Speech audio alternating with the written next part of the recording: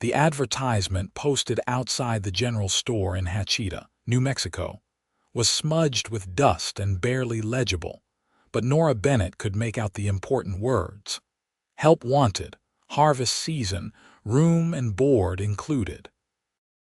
She stood there in the blazing August sun of 1884, her worn traveling bag at her feet, and wondered if this was truly the answer to her prayers or simply another dead end in a string of disappointments that had marked the past 2 years of her life.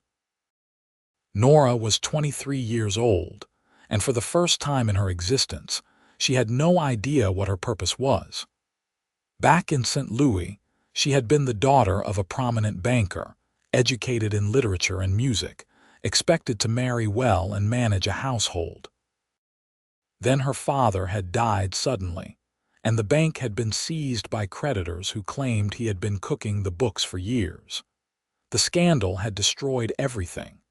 Her mother had retreated to live with relatives in Boston, but Nora had refused to follow. She could not bear to be a burden, to be pitied and whispered about in parlors where she had once been welcomed.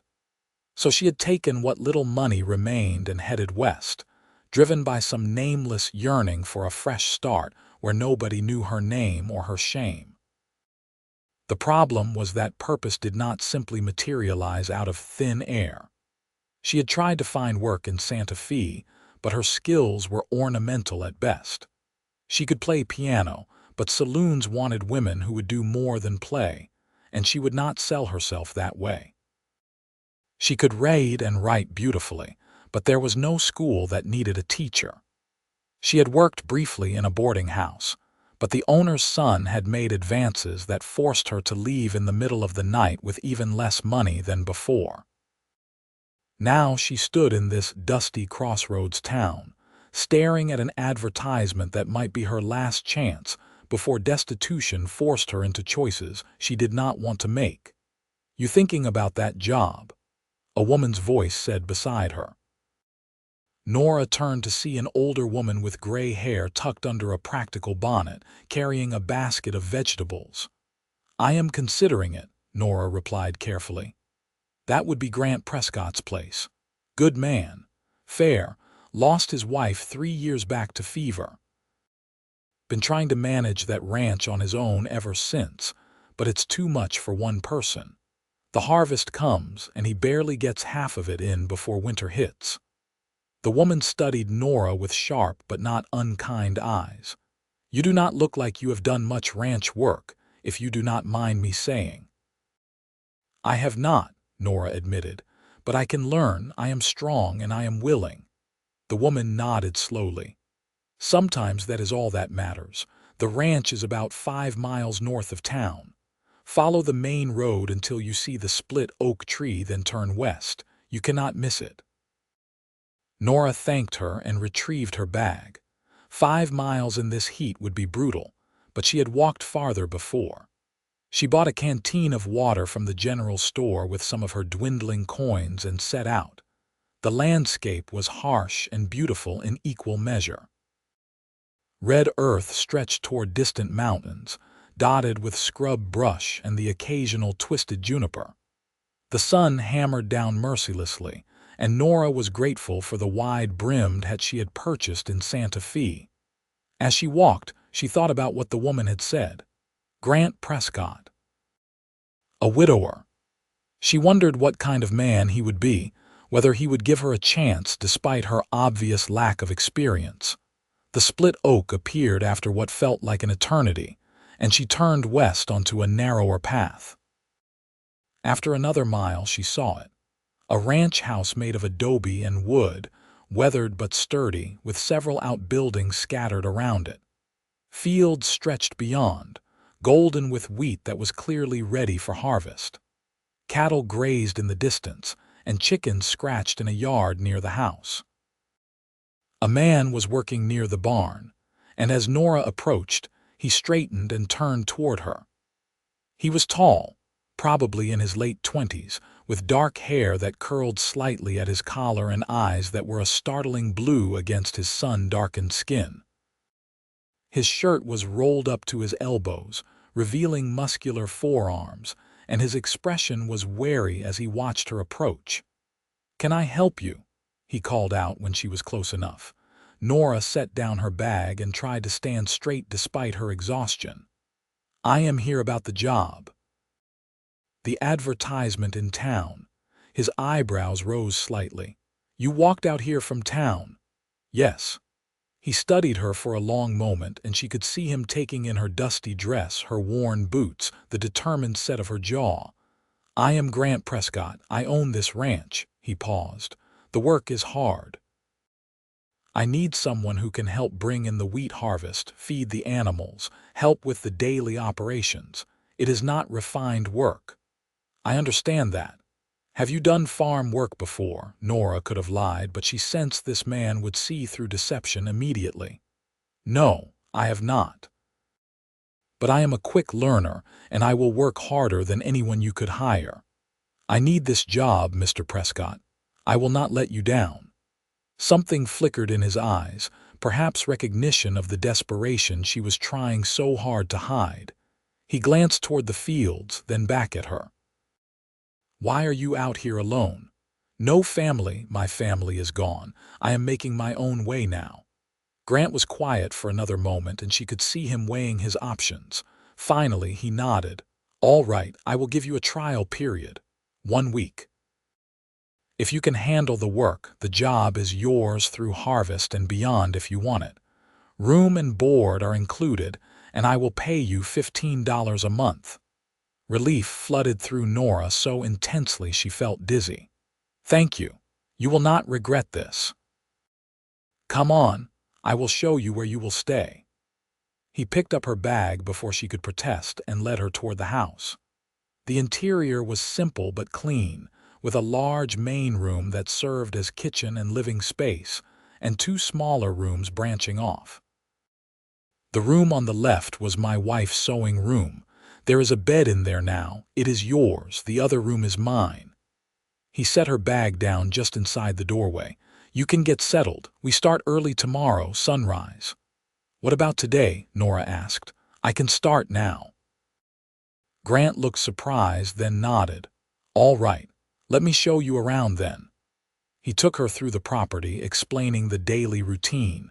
There were 20 head of cattle, 3 dozen chickens, 2 horses, and a milk cow. The wheat fields covered about 40 acres, and the harvest needed to begin immediately before the weather turned. There was also a vegetable garden that needed tending, fences that needed mending, and 100 other tasks that Nora had never even considered. As they walked, Grant explained things in a straightforward manner, neither condescending nor impatient. When they reached the chicken coop, he said, "This will be your morning job. Collect the eggs, check for any sick birds, make sure they have water. Can you do that?" "Yes," Nora said, watching the birds peck and scratch. They looked simple enough to manage. "All right. Go ahead and collect today's eggs. The baskets are hanging right there." Nora took a basket and stepped into the coop. Immediately, the chickens scattered and squawked, and one particularly aggressive hen pecked at her hand when she reached for an egg. Nora jerked back, startled, and Grant made a sound that might have been a suppressed laugh. "You have to be firm with them," he said, stepping in beside her. "Like this." He reached under a hen with confidence, and the bird merely shifted aside. He placed 3 eggs in the basket. "They can sense hesitation. Just move with purpose." Nora tried again, mimicking his confidence even though her heart was pounding. This time the hen moved aside and she successfully retrieved the eggs. A small victory, but it felt significant. They collected eggs together, and Grant said, "You really have never done this before." "No, I grew up in a city. My father was a banker." The words came out before she could stop them, and she immediately regretted the admission, but Grant simply nodded. "What brought you out here then?" He died. "There were debts. I wanted a fresh start." It was not the whole truth, but it was enough. "I am sorry about your father," Grant said quietly. They finished with the eggs in silence. The rest of the afternoon passed in a blur of new tasks. Nora fed the horses, helped Grant move hay bales, and learned how to milk the cow, which was far more difficult than it looked. By the time the sun began to set, every muscle in her body ached, and her hands were covered in small scratches and blisters. Grant made dinner, which surprised her. He was efficient in the kitchen, preparing a simple meal of beans, cornbread, and bacon. They ate at the rough wooden table, and the food tasted better than anything Nora could remember. "You did well today," Grant said after a while. "Better than I expected. Thank you." Nora was so tired she could barely keep her eyes open, but his words warmed something inside her. "Get some rest. Tomorrow will be harder." Nora retreated to her small room and collapsed onto the bed without even removing her boots. She was asleep within seconds. The next days blurred together in a haze of backbreaking work. Grant woke her before dawn each morning, and they worked until the sun set. He taught her how to use a scythe to cut wheat, how to bundle the stalks, how to load the wagon. Her hands blistered and bled, then formed calluses. Her back screamed in protest every morning, but she refused to complain. She had meant what she said. She would not let him down. Grant was patient but exacting. He showed her the correct way to do each task, corrected her mistakes without harshness, and worked twice as hard as she did. She began to notice things about him. The way he always checked on the animals before tending to his own needs, the careful way he repaired tools instead of discarding them, the sadness that sometimes crossed his face when he thought she was not looking. On the 5th day, as they were taking a brief rest in the shade of the barn, Nora asked, "How long were you married?" Grant was quiet for so long she thought he would not answer. Then he said, 5 years. Her name was Catherine. She was strong like you, worked this ranch beside me every day. He stared out at the fields. The fever came fast. She was gone within a week. I tried everything, brought the doctor from town, but nothing helped. "I am sorry," Nora said softly. "It has been 3 years, but some days it feels like yesterday." He looked at her then. "You asked me why I am doing this alone. The truth is, I have not been able to find someone willing to do the work. Most people in town have their own farms to tend. The ones without land usually head to the mines or the cattle drives. I put that advertisement up every year, and you are the first person to respond." "Then I am glad I found it," Nora said. Something shifted between them in that moment, some mutual recognition of loneliness acknowledged and shared. The week passed, and Grant did not mention the trial period ending. Nora did not ask. They simply continued working together, falling into a rhythm that felt natural. She learned quickly, and soon she could handle many of the daily tasks without supervision. The wheat harvest progressed steadily, and the barn began to fill with bundled stalks ready to be threshed. One evening, as they sat on the porch after dinner watching the sunset paint the sky in shades of orange and purple, Grant said, "You have earned your place here. The job is yours as long as you want it." "Thank you," Nora said. "I want to stay." He nodded, and they sat in comfortable silence as the stars began to appear. As the weeks passed and summer faded toward autumn, Nora found herself changing in ways she had not anticipated.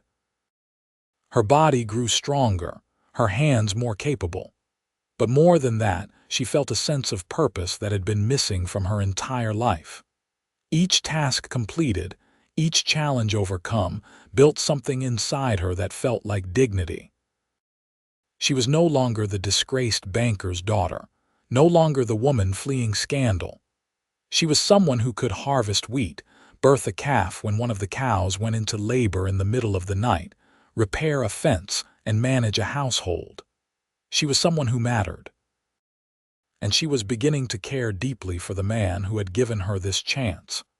Grant Prescott was unlike any man she had known in St. Louis. He did not concern himself with status or propriety. He measured people by their actions, their integrity, their willingness to show up even when things were difficult. He spoke little, but when he did, his words carried weight. He was kind without being soft, strong without being domineering. Nora found herself watching him when she thought he was not looking. The way his shoulders moved as he worked, the rare smile that transformed his serious face, the gentleness with which he handled the animals.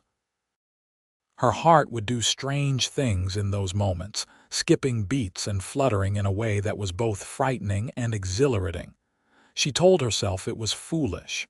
He was her employer. He still mourned his wife. Nothing could come of these feelings.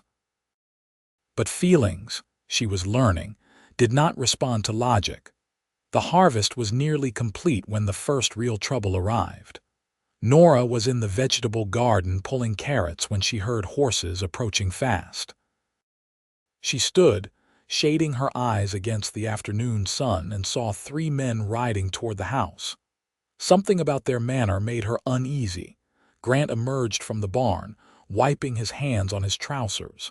His expression grew guarded as the men dismounted. "Prescott," the lead man said. He was middle-aged and heavyset, with a thick mustache and eyes that were cold despite his smile. "Been a while." "Henderson," Grant replied flatly. "What do you want?" "Now, is that any way to greet neighbors? We were just passing through, thought we would stop by, see how you are managing." Henderson's gaze swept the property, lingering on the well-maintained buildings and the fields of harvested wheat. "Doing pretty well, I see. Better than last year, I hear."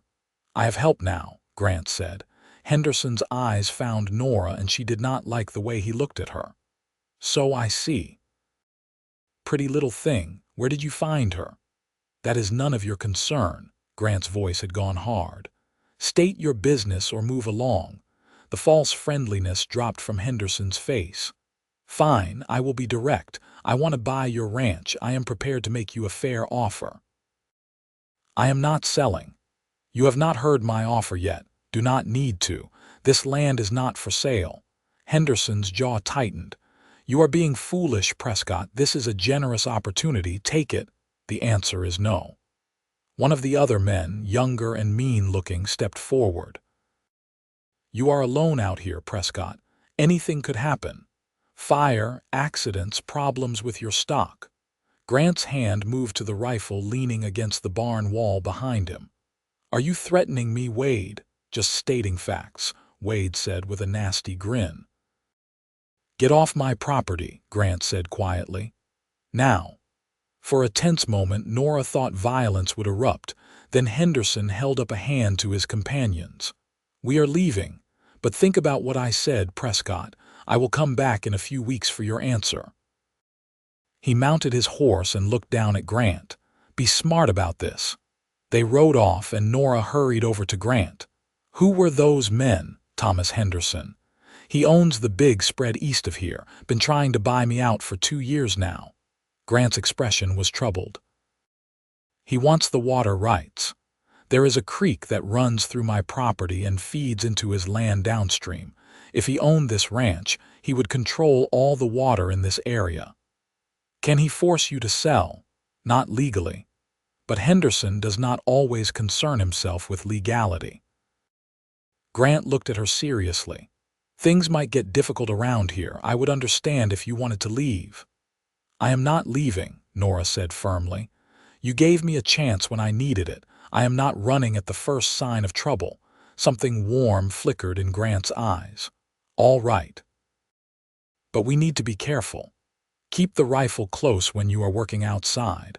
If anyone you do not know rides up, come get me immediately."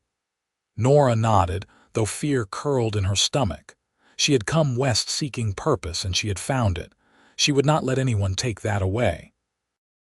The next 2 weeks passed tensely. Grant taught Nora how to shoot, setting up targets behind the barn and patiently correcting her stance and aim until she could hit a tin can from 30 feet. They varied their routine, made sure they were never both far from the house at the same time. Grant slept lightly, and twice Nora heard him get up in the night to check on unusual sounds. But Henderson did not return, and slowly they began to relax back into their rhythms. The wheat harvest was completed, and they spent several days threshing the grain, a tedious process that left them both covered in chaff and exhausted. When the last bushel was stored in the barn, Grant stood back and surveyed their work with satisfaction. "This is the best harvest I have had in 4 years," he said. "Could not have done it without you." Pride swelled in Nora's chest. "We make a good team." "Yes," Grant said, looking at her. "We do." Something in his tone made her heart race, but before she could respond, he turned away. "Come on. We should celebrate. I have been saving a bottle of whiskey for a special occasion." That evening they sat on the porch as they often did, but this time Grant poured them each a measure of whiskey in tin cups. Nora had rarely drunk spirits before, and the whiskey burned going down, but it spread a pleasant warmth through her chest. "Tell me about St. Louis," Grant said after a while. "What was your life like there?" Nora hesitated, then decided he deserved the truth. She told him about her father, the scandal, the way her entire world had collapsed. She told him about her mother's retreat to Boston, about the job she had tried and failed at, about the boarding house owner's son. "I felt so useless," she said quietly. "Everything I had been taught to do meant nothing out here. Piano playing, French, needlework. None of it mattered.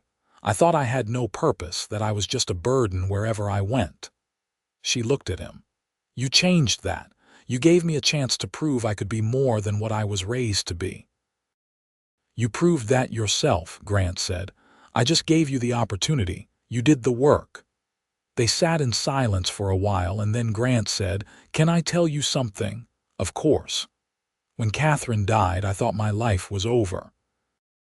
Not in the dramatic sense, but in the sense that I thought I would just exist from that point on. Get through the days, keep the ranch running, but never really feel anything again." He looked at her, and in the lamplight spilling from the house, his eyes were intense. "You changed that. These past months I have felt alive again. I look forward to waking up in the morning. I find myself wanting to share things with you, show you things, hear what you think about them." He paused. "I am not good with words.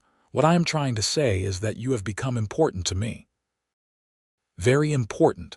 Nora's breath caught. "Grant, I know I am your employer and you might feel obligated, so I want you to know that your job is secure no matter how you respond to what I am about to say."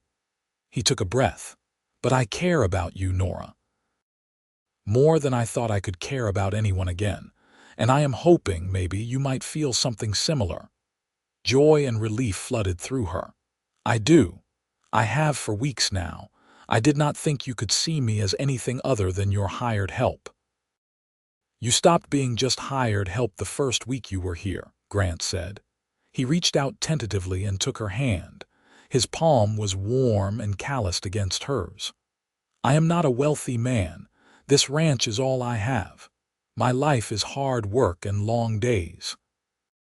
But if you would consider it, I would like to court you properly, see where this might lead." "Yes," Nora said, her voice thick with emotion. "Yes, I would like that very much." Grant smiled then, that rare, full smile that transformed his face, and Nora thought she had never seen anything more beautiful. He lifted her hand and pressed a kiss to her knuckles, and the gesture was so tender it made her eyes sting with tears. They sat together on the porch until the stars filled the sky, hands intertwined, talking about everything and nothing. Two lonely people who had found something precious in each other. The courtship that followed was unlike anything Nora had experienced in St. Louis. There were no formal dances or chaperoned parlor visits. Instead, Grant courted her through small gestures woven into their daily work. He picked wildflowers and left them on her pillow. He made her favorite meals. He taught her to ride his gentler horse so they could survey the property together. He listened when she talked about her dreams, her fears, her thoughts on everything from politics to poetry, and Nora courted him in return, learning what made him happy.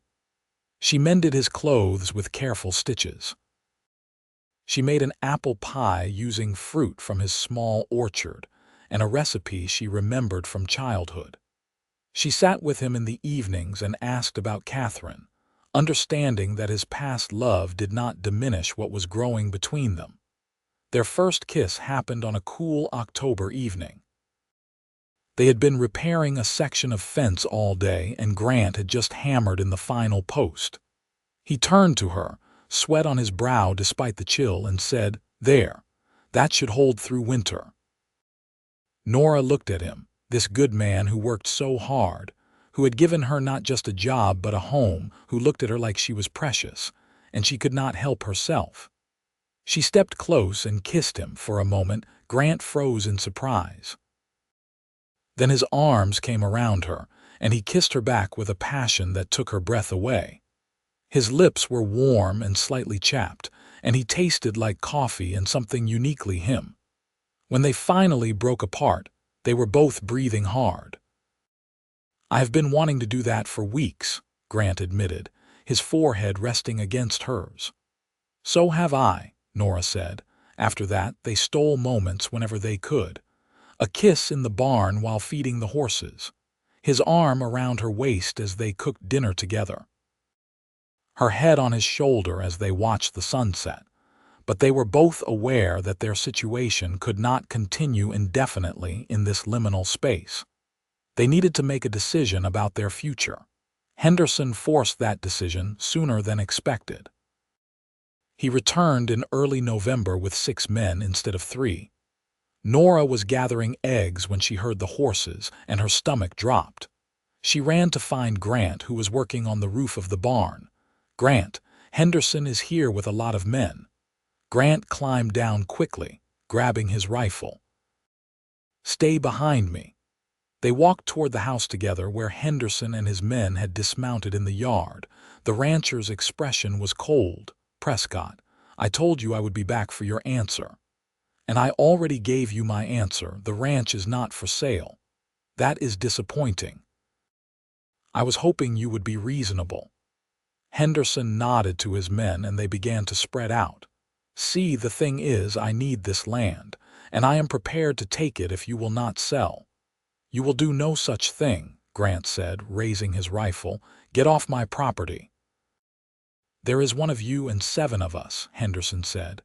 "And you have a pretty girl to worry about. Things could get very ugly very fast. Sell me the ranch and we will all walk away peacefully." "No," Henderson's face darkened. "Then you are a fool." "Maybe so," a new voice called out. "But he is not alone." Nora turned to see 3 riders approaching from the south. As they got closer, she recognized one of them as Sheriff Dalton from town, a man she had met briefly on one of their supply runs. The other 2 were ranchers she did not know. Sheriff Dalton dismounted, his hand resting on his holstered pistol. "Heard you might be having some trouble out here, Prescott. How did you?" Grant began. "Mrs. Murphy from town sent word. She figured something might be brewing and thought you could use backup." The sheriff looked at Henderson. "Thomas, you and your boys should head home now." "This is a private business matter," Henderson said. "No, this is attempted land theft, and I will arrest every one of you if you do not mount up and ride out right now." The sheriff's voice was hard. "Your father was a good man, Thomas. He would be ashamed of what you have become." Henderson's jaw worked, and for a moment Nora thought he would refuse. Then he spat into the dust and swung back into his saddle. "This is not over, Prescott." "Yes, it is," the sheriff said. "Because if anything happens to Grant Prescott or his property, I will know exactly where to look. And next time, I will bring a federal marshal. Test me if you want." Henderson glared at them all, then spurred his horse and rode off, his men following. After they left, Grant shook the sheriff's hand. "Thank you, I owe you." "You do not owe me anything, just doing my job." Sheriff Dalton smiled. Besides, Mrs. Murphy would have my hide if I let anything happen to you too. She is very invested in your story, apparently." The other ranchers introduced themselves as neighbors from the surrounding spreads. "We have all had trouble with Henderson," one said. "Figure it is time we start looking out for each other. You need help with anything, you send word." After they left, Grant and Nora stood in the yard, still processing what had happened. "I think we need to make some changes," Grant said quietly. "What do you mean?" "I mean that Henderson was right about one thing. I am vulnerable out here alone. But if I were married, if I had a partner legally tied to this land, it would be harder for him to make a move. More than that." He turned to face her fully. "I love you, Nora. I did not think I could feel this way again, but I do. These past months with you have been the happiest I have been since Catherine died. I want to build a life with you, not just because it is practical, but because I cannot imagine my future without you in it." He took her hands. "Will you marry me?" Tears spilled down Nora's cheeks. "Yes. Yes, of course I will marry you." Grant pulled her into his arms, and they held each other tightly as the sun set behind them. They married 2 weeks later in a simple ceremony at the church in Hachita. Mrs. Murphy served as witness and cried through the entire service. Nora wore a simple blue dress she had made herself from fabric Grant had bought in town, and Grant wore his best shirt and trousers. The Reverend kept the ceremony short, and when he pronounced them husband and wife, Grant kissed her with such tenderness that Nora felt her heart might burst. That night, in the room that had been Grant's alone, they came together as husband and wife. Grant was gentle and patient, aware that Nora was innocent despite her age. He took his time, kissing every inch of her skin, murmuring words of love and reassurance until she relaxed into the pleasure of it. When they finally joined, there was a moment of pain that gave way to something deeper, a connection that went beyond the physical. Afterward, they lay tangled together, and Nora felt utterly safe, utterly cherished. "I love you," she whispered into the darkness. "I love you too," Grant replied, his arms tightening around her. "You are the best thing that has ever happened to me." Winter came, and they settled into married life. The work was less intense with the harvest completed, though there were still daily chores and repairs to manage. They spent long evenings by the fire, reading aloud to each other from the few books they owned, playing cards, making plans for the spring planting. Nora had never been so happy. Every day she woke beside Grant felt like a gift. They learned each other's rhythms, preferences, quirks. She discovered that he sang old cowboy songs when he thought he was alone in the barn. He discovered that she talked in her sleep sometimes, nonsense phrases that made him smile. They argued occasionally, usually about small things like the best way to organize the pantry or whether to invest in more cattle in the spring. But they always resolved their disagreements with honesty and compromise. In February, Nora realized she was pregnant. She missed her monthly courses twice before she allowed herself to believe it. When she told Grant, his face went through a series of emotions: shock, joy, fear, and finally a deep, profound happiness. "Are you sure?" he asked, his hand trembling as he placed it on her still flat stomach. "As sure as I can be. I think I am about 3 months along." Grant pulled her into his arms and held her for a long time. When he finally spoke, his voice was thick. "Catherine and I tried for years. She never conceived. I thought maybe I could not father children." "Well, apparently you can," Nora said with a watery laugh. "We are going to be parents," Grant said wonderingly. "I am terrified." "Me too," Nora admitted, "but we will figure it out together." The pregnancy progressed smoothly. Grant became almost comically protective, insisting Nora avoid any heavy work, despite her protests that she was perfectly capable. They converted Catherine's old sewing room into a nursery, and Grant built a beautiful cradle from oak wood during the long winter evenings. Spring came, and with it, new beginnings. They planted the fields together, though Grant did most of the heavy work now. Nora focused on the garden and the chickens and spent time sewing baby clothes and blankets. Her body changed, her belly swelling with their child, and Grant would often place his hand there in the evenings, marveling at the movement beneath his palm. In early September, exactly 1 year after Nora had first arrived at the ranch, their son was born. The labor was long and difficult, and Grant paced like a caged animal while Mrs. Murphy and the midwife attended to Nora in the bedroom. When the baby's cry finally rang out, Grant burst into the room, his face pale with worry. "Nora, are you all right?" "I am fine," Nora said exhaustedly, holding their squalling son. "Come meet your boy." Grant approached the bed with something like reverence. The midwife placed the baby in his arms, and Grant stared down at the tiny red face in wonder. "He is perfect. You are perfect." He looked at Nora with tears in his eyes. Thank you for this." They named him Thomas after Grant's father. Little Thomas had his father's dark hair and his mother's gray eyes, and he was the light of their lives. Grant was a devoted father, getting up in the night to change diapers and rock the baby when he fussed, singing those old cowboy songs in his rumbling voice until Thomas fell asleep against his shoulder. Nora watched her husband with their son and fell in love with him all over again. This good man who had given her purpose had given her so much more. A home, a family, a love that grew deeper every day. The ranch prospered. With 2 of them working it, they expanded gradually, adding more cattle and improving the irrigation systems. Other families in the area began to settle nearby, and a small community formed. Nora became friends with some of the neighboring wives, and they would gather occasionally to sew and share recipes while the children played. Henderson never bothered them again. Rumor had it that his ranch failed 2 years after the confrontation, and he sold out to a mining company from the east. Grant heard the news and simply nodded, his only comment being, "Greed catches up to everyone eventually." When Thomas was 2, Nora became pregnant again.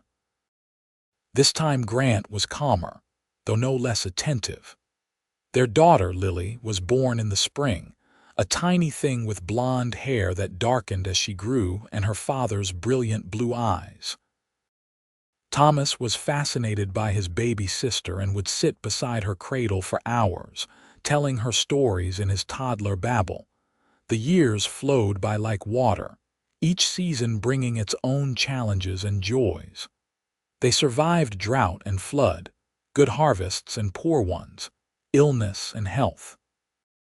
They grew older together, their love deepening from passion into something more enduring, a partnership built on mutual respect, shared labor, and genuine affection. When Thomas was 8 and Lily 6, they took on a young man named Daniel to help with the expanding ranch. He was 18 and eager to learn, and Grant taught him the same way he had taught Nora years before, with patience and high standards. Nora watched her husband mentor the boy and remembered the man who had taken a chance on a city girl with no practical skills and infinite determination. More children came. Another son, James, born when Nora was 30. Twin girls, Sarah and Emma, when she was 33, which made her and Grant both laugh at the chaos of suddenly having 5 children in the house. Each child was loved fiercely. Each one taught the value of hard work and integrity that Grant embodied.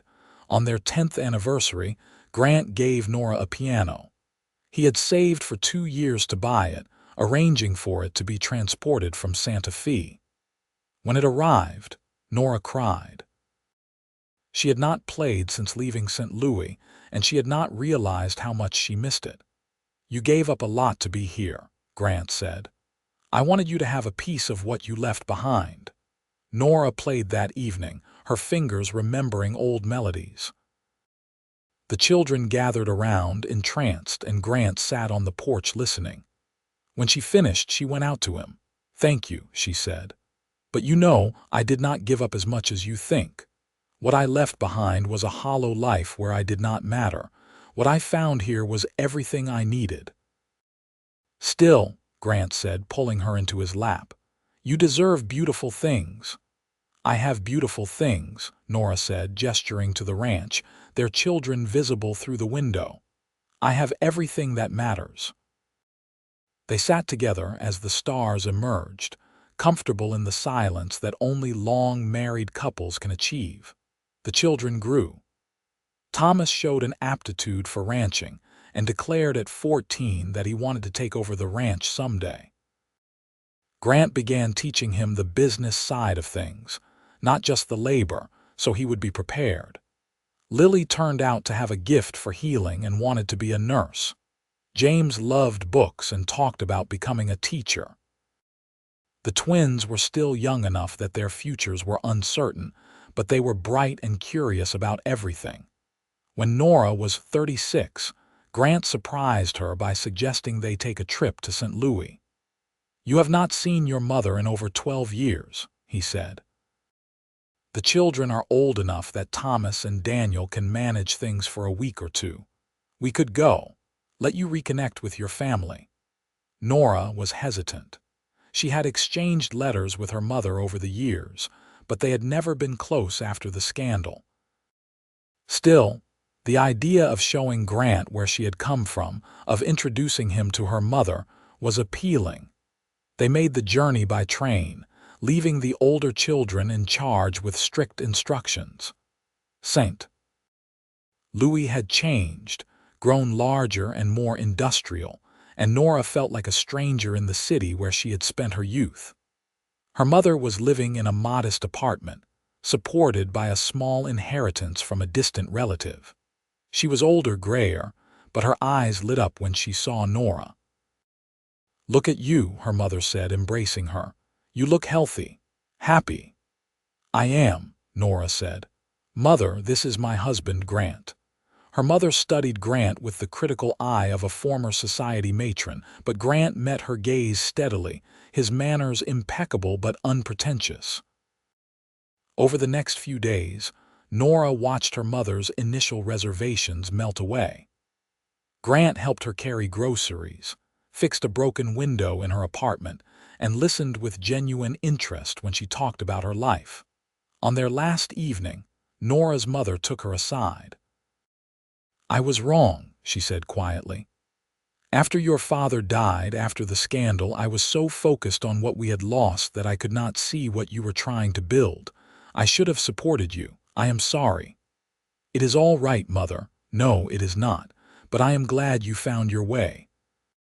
Grant is a good man. You have built a good life." Her mother smiled. "You were always stronger than I gave you credit for." They returned to New Mexico with a lighter heart. Nora felt like a door to the past had finally closed in a healthy way, allowing her to be fully present in the life she had built. The ranch continued to thrive. They had hard years when the rains did not come, and they had to sell some cattle to survive. They had years of plenty when every field produced bountifully, and they could afford luxuries like new clothes for everyone and repairs to the house.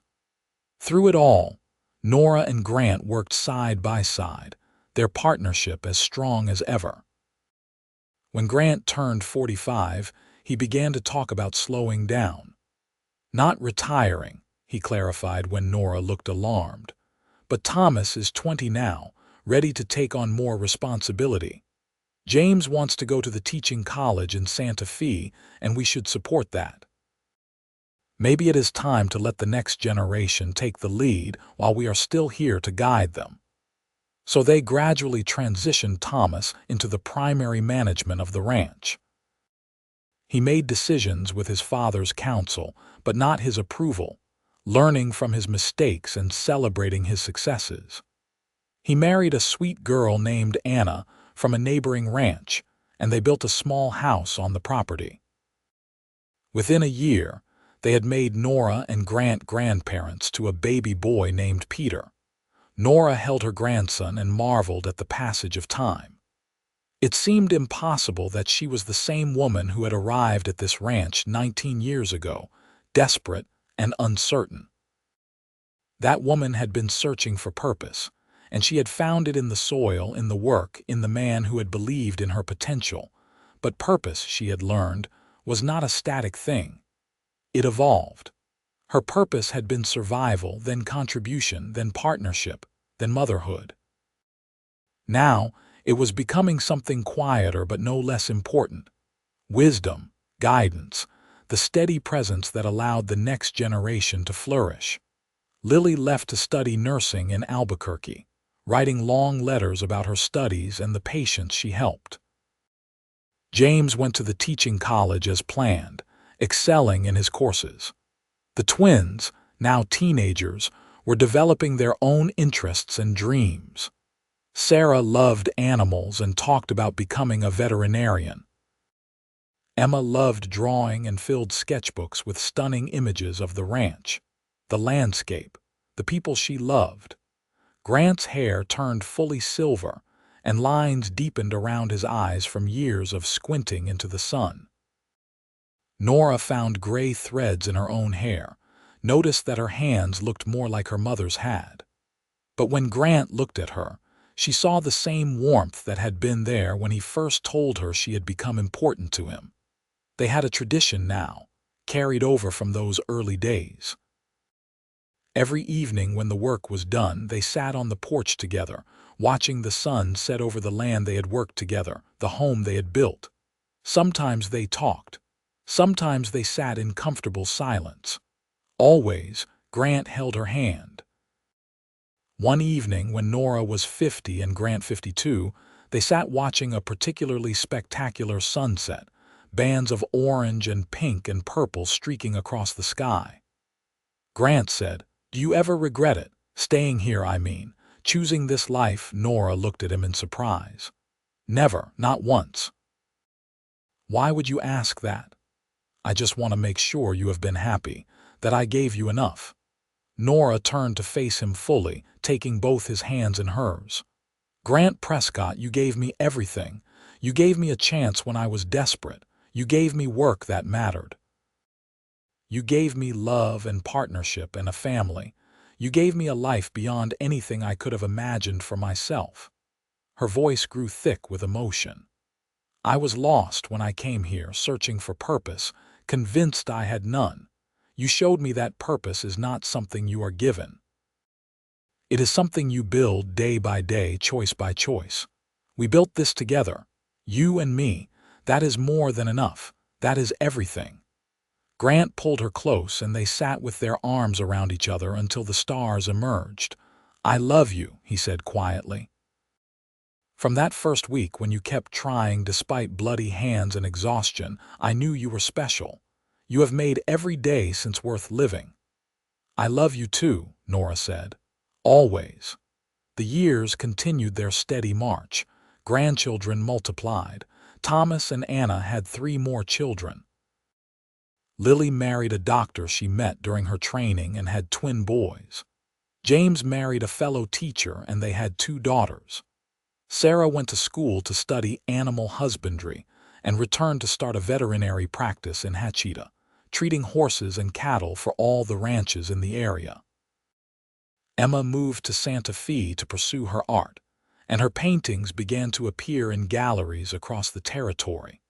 Grant and Nora became the center around which their growing family revolved. Sunday dinners at the ranch were loud, chaotic affairs with multiple generations crowding around the big table Thomas had built to accommodate everyone. Grant sat at one end, Nora at the other, and they would catch each other's eyes across the chaos and smile. When New Mexico achieved statehood in 1912, they celebrated with the whole town. Nora was 60, Grant 62, and they had lived through so many changes.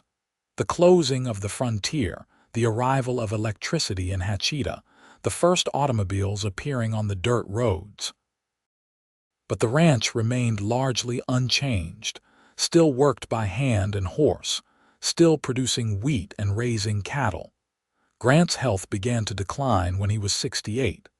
Nothing dramatic, just the slow wearing down of a body that had worked hard every day for decades. His back troubled him, his joints grew stiff. He could no longer do the heavy work, but he still went out every day, supervising, advising, refusing to be sidelined. Nora watched over him with the same fierce protectiveness he had once shown her. She made sure he did not overdo it, that he took time to rest, that he ate properly. They had been married 32 years, and she could not imagine life without him. One evening in early autumn, they sat on the porch as always. The air had the first cool kiss of fall, and the fields were gold with ripening wheat that Thomas and his sons would harvest the next week.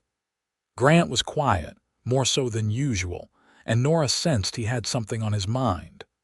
"What are you thinking about?" she asked gently.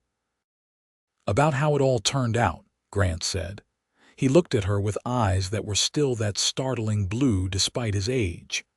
"When Catherine died, I thought I was finished. Thought I would just work myself into the ground and that would be that. Then you showed up, this skinny, determined woman who had never held a scythe in her life but would not quit no matter how hard it got." He smiled. "You saved me, Nora, gave me a reason to keep going, gave me more than I ever thought I would have again." "You saved me too," Nora said. "We saved each other." "I suppose we did." Grant squeezed her hand. "I have been lucky, luckier than any man deserves. A good wife, fine children, grandchildren. A life filled with love and purpose. A man could not ask for more." "No," Nora agreed, though something in his tone made her uneasy. "A man could not." Grant passed away peacefully 2 months later in his sleep, with Nora beside him. He was 70 years old, and he had lived every one of those years fully. The entire community came to his funeral, testimony to the respect he had earned through decades of integrity and kindness. Nora grieved, but she did not break. She had learned from Grant that you endured, that you kept going even when it hurt. She remained on the ranch, living in the house she had shared with him, surrounded by children and grandchildren who loved her. Thomas ran the ranch with the same steady competence his father had shown, and Nora advised when asked, but mostly let him make his own way. She lived another 12 years, dying at the age of 82, peacefully in her sleep, just as Grant had. Her children and grandchildren gathered for her funeral, and the Reverend spoke of a woman who had come west with nothing and built a legacy of love and hard work. They buried her beside Grant in the small cemetery outside Hachita. The headstone read, "Nora Prescott, beloved wife, mother, grandmother. She found her purpose and shared it generously." The ranch continued through generations, always in the Prescott family, a testament to the foundation two people had built together in that harvest season of 1884. In the evenings, when the sun set over the golden fields and the stars emerged in the vast New Mexico sky, it was easy to imagine two figures sitting on the porch of the old house, hands entwined, watching the land they had loved and worked together, reaping not just wheat but a forever kind of love that transcended time itself. Their great-great-grandchildren still told the story of how it all began. A rancher who needed help with harvest, a woman who needed purpose, and the forever they reaped together from simple seeds of determination and hope. It was a love story without pretension, built not on grand gestures but on showing up every day, on choosing each other through the mundane and the difficult, on building something that lasted. The old ranch house still stood a century later, weathered but strong, sheltering new generations of Prescotts who carried forward the values their ancestors had embodied. And if you listened closely on certain autumn evenings, when the wheat was ripe and ready for harvest, you might hear the echo of an old cowboy song carried on the breeze, and the sound of two people laughing together, forever young in the land they had made their own.